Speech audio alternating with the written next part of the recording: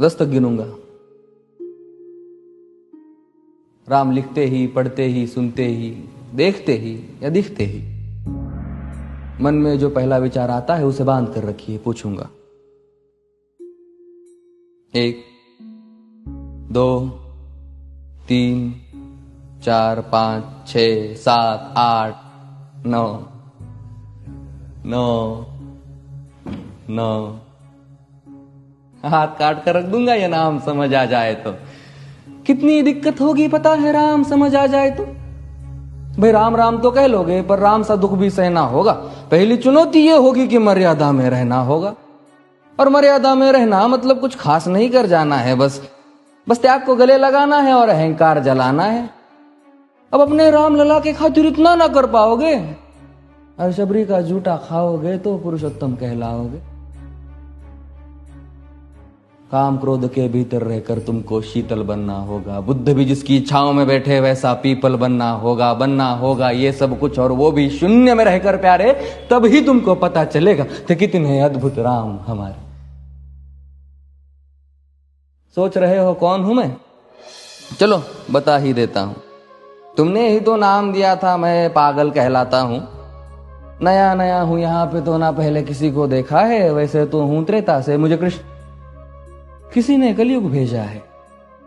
भाई बात वहां तक फैल गई है कि यहां कुछ तो मंगल होने को है कि भरत से भारत हुए राज में सुना है राम जी आने को है। बड़े भाग्यशाली हो तुम सब। वहां पे सब यही कहते हैं कि हम तो राम राज्य में रहते थे पर इन सब में राम रहते हैं। यानी तुम सब में राम का अंश छुपा है। मतलब वो तुम में आते हैं रहने। सच है या फिर गलत खबर? अगर सच्ची है तो क्या कहने। तो सबको राम पता ही होगा, घर के बड़ों ने बताया होगा। तो बताओ फिर कि क्या है राम। बताओ फिर कि क्या है राम। बताओ। अरे पता है तुमको क्या है राम? या बस हाथ धनुष तरकश में बांध, या वन में जिन्होंने किया गुजारा, या फिर कैसे रावण मारा लक्ष्मण जिनको कहते भैया, जिनकी पत्नी सीता मैया। फिर ये तो हो गई वही कहानी, एक था राजा एक थी रानी। क्या सच में तुमको राम पता है? या वो भी आकर हम बताए? बड़े दिनों से हूं यहां पर, सब कुछ देख रहा हूं कब से। प्रभु से मिलने आया था मैं, उन्हें छोड़कर मिला हूं सबसे। एक बात कहूं अगर बुरा ना मानो, नहीं तुम तुरंत ही क्रोधित हो जाते हो। पूरी बात तो सुनते भी नहीं, सीधे घर पर आ जाते हो। ये तुम लोगों के नाम जपो में पहले सा आराम नहीं। ये तुम लोगों के नाम जपो में पहले सा आराम नहीं। इस जबरदस्ती के जय श्री राम में सब कुछ है, बस राम नहीं। ये राजनीति का दाया बाया जितना मर्जी खेलो तुम। दाया बाया, अरे दाया बाया, ये तुम्हारी वर्तमान प्रादेशिक भाषा में क्या कहते हो उसे? हाँ वो लेफ्ट एंड राइट। ये राजनीति का दाया बाया जितना मर्जी खेलो तुम चेतावनी को, लेकिन मेरी अपने जहन में डालो तुम। निजी स्वार्थ के खातिर अगर कोई राम नाम को गाता हो तो खबरदार अगर जुर्रत की और मेरे राम को बांटा तो। भारत भू का कवि हूं मैं, तभी निडर हो कहता हूं राम है मेरी हर रचना में। मैं बजरंग में रहता हूं, भारत की नींव है कविताएं और सत्य हमारी बातों में। तभी कलम हमारी तीखी और साहित्य हमारे हाथों में। तो सोच समझ कर राम कहो तुम।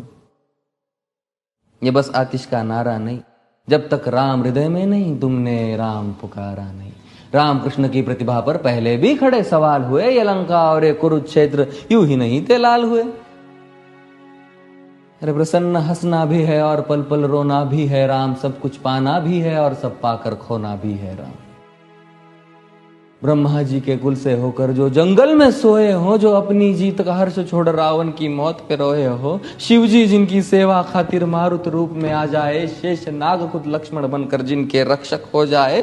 और तुम लोभ क्रोध अहंकार छल कपट सीने से लगा कर सो जाओगे तो कैसे भक्त बनोगे उनके, कैसे राम समझ पाओगे? अघोर क्या है पता नहीं और शिव जी का वरदान चाहिए। ब्रह्मचर्य का इल्म नहीं, इन्हें भक्त स्वरूप हनुमान चाहिए। भगवा क्या है पता, लहराना सबको होता है पर भगवा क्या है वो जाने जो भगवा ओढ़ के सोता है। राम से मिलना, राम से मिलना, राम से मिलना है ना तुमको? निश्चित मंदिर जाना होगा पर उससे पहले भीतर जा संग अपने राम को लाना होगा। जय सिया राम। और हाँ, अवधपुरी का उत्सव है, कोई कसर नहीं, सब खूब मनाना। मेरे प्रभु है आने वाले, रथ को उनके खूब सजाना। वो द्वापर में कोई राह तक है, मुझे उनको लेने जाना है। चलिए तो फिर मिलते हैं, हमें भी अयोध्या आना है। जय सिया राम। फिर से